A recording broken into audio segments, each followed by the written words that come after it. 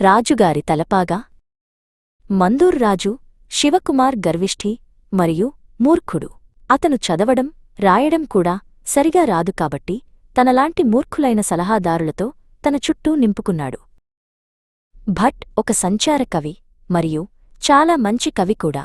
కాని ఒకరోజు అతను రాజుగారి కోటకు వెళ్ళినప్పుడు ఆ రాజుకు కవిత్వమన్నా కవులన్నా అసహ్యమని అతనికి తెలియదు. భట్ సభలోకి వెళ్ళి తాను ఇటీవల రచించిన కొన్ని పద్యాలను చదవడం ప్రారంభించాడు. భట్ మధురమైన స్వరం వినగానే రాజు కోపంతో ఊగిపోయి ఆ దుర్మార్గుడిని కొరడాలతో కొట్టి కోట నుండి బయటకు విసిరేయమని తన సైనికులను ఆజ్ఞాపించాడు. గాయపడి అదిరిపోయిన భట్ ఆ గర్విష్టి రాజుకు ఏదో ఒకరోజు గుణపాఠం చెప్పాలని శపథం చేస్తూ రాజమార్గం వెంట నడిచాడు.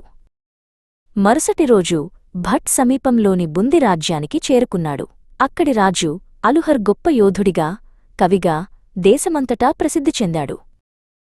పట్టణ ద్వారాలను సమీపిస్తున్నప్పుడు రాజు మరియు అతని పరివారం వేట నుండి తిరిగిరావడం భట్ చూశాడు.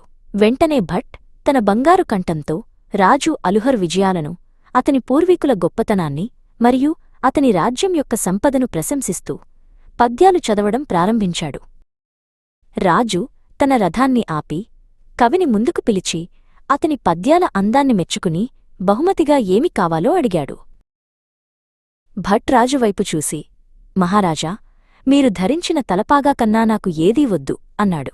ఎంత వింత కోరిక అన్నాడు రాజు. బంగారం లేదా రత్నం అడుగుతావనుకున్నాను, కాని చాలా తక్కువ విలువైన నా తలపాగాను అడుగుతున్నావు. ఎందుకు? నేను మీ రాజు తలపాగాను కవిత్వానికి రాజు ఇచ్చిన బహుమతిగా ధరిస్తాను అన్నాడు భట్. మరియు నేను ఎక్కడికి వెళ్ళినా రాజుగా మరియు కవుల మిత్రుడిగా మీ కీర్తి వ్యాపిస్తుంది. ఆ మంచి మాటలకు నీకు నా తలపాగా ఇస్తాను అని రాజు తన తలపాగా తీసి కవికిచ్చాడు. బుందిలో అందరూ ఆ కవిని, అతని అసాధారణమైన కోరికను మర్చిపోయారు. కాని ఒకరోజు అతని చిరిగిన బట్టలతో రక్తపు మరకలతో రాజుగారి తలపాగా చినిగిన ముక్కలను చేతిలో పట్టుకుని దయనీయమైన స్థితిలో సభకు వచ్చాడు. రాజు అతనిపై జాలిపడి ఏమి జరిగిందని అడిగాడు. అప్పుడు భట్ తన విచారకరమైన కథను చెప్పాడు. మహారాజా, నేను చాలా రాజ్యసభలను సందర్శించాను మరియు రాజులకు నమస్కరించే ముందు నేను మీ తలపాగాను తీసేవాడిని. ఎందుకు తీస్తున్నావని వారు అడిగినప్పుడు ఈ తలపాగా గొప్ప రాజు అలుహర్కు చెందినదని, ఇతర రాజుల ముందు వంగదని చెప్పేవాడిని. వారందరూ అది న్యాయమేనని అంగీకరించారు. కాని నేను రాజు శివకుమార్ సభకు వెళ్ళినప్పుడు అందరూ తన ముందు తలవంచాలని అతనన్నాడు. కోపంతో నా చేతుల్లోంచి మీ తలపాగాను లాక్కుని తన కాళ్ల కింద తొక్కాడు. ఆ తర్వాత నన్ను కొరడాలతో కొట్టించి తన కోట నుండి తరిమేశాడు. రాజు అలుహర్ కోపంతో లేచి నిలబడ్డాడు.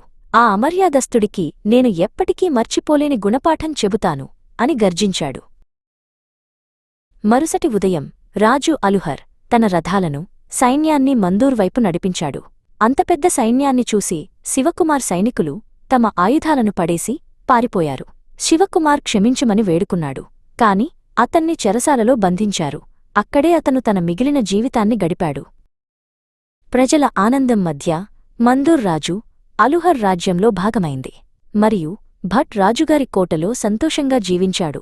అంతా ఒక రాజుగారి తలపాగా వల్ల.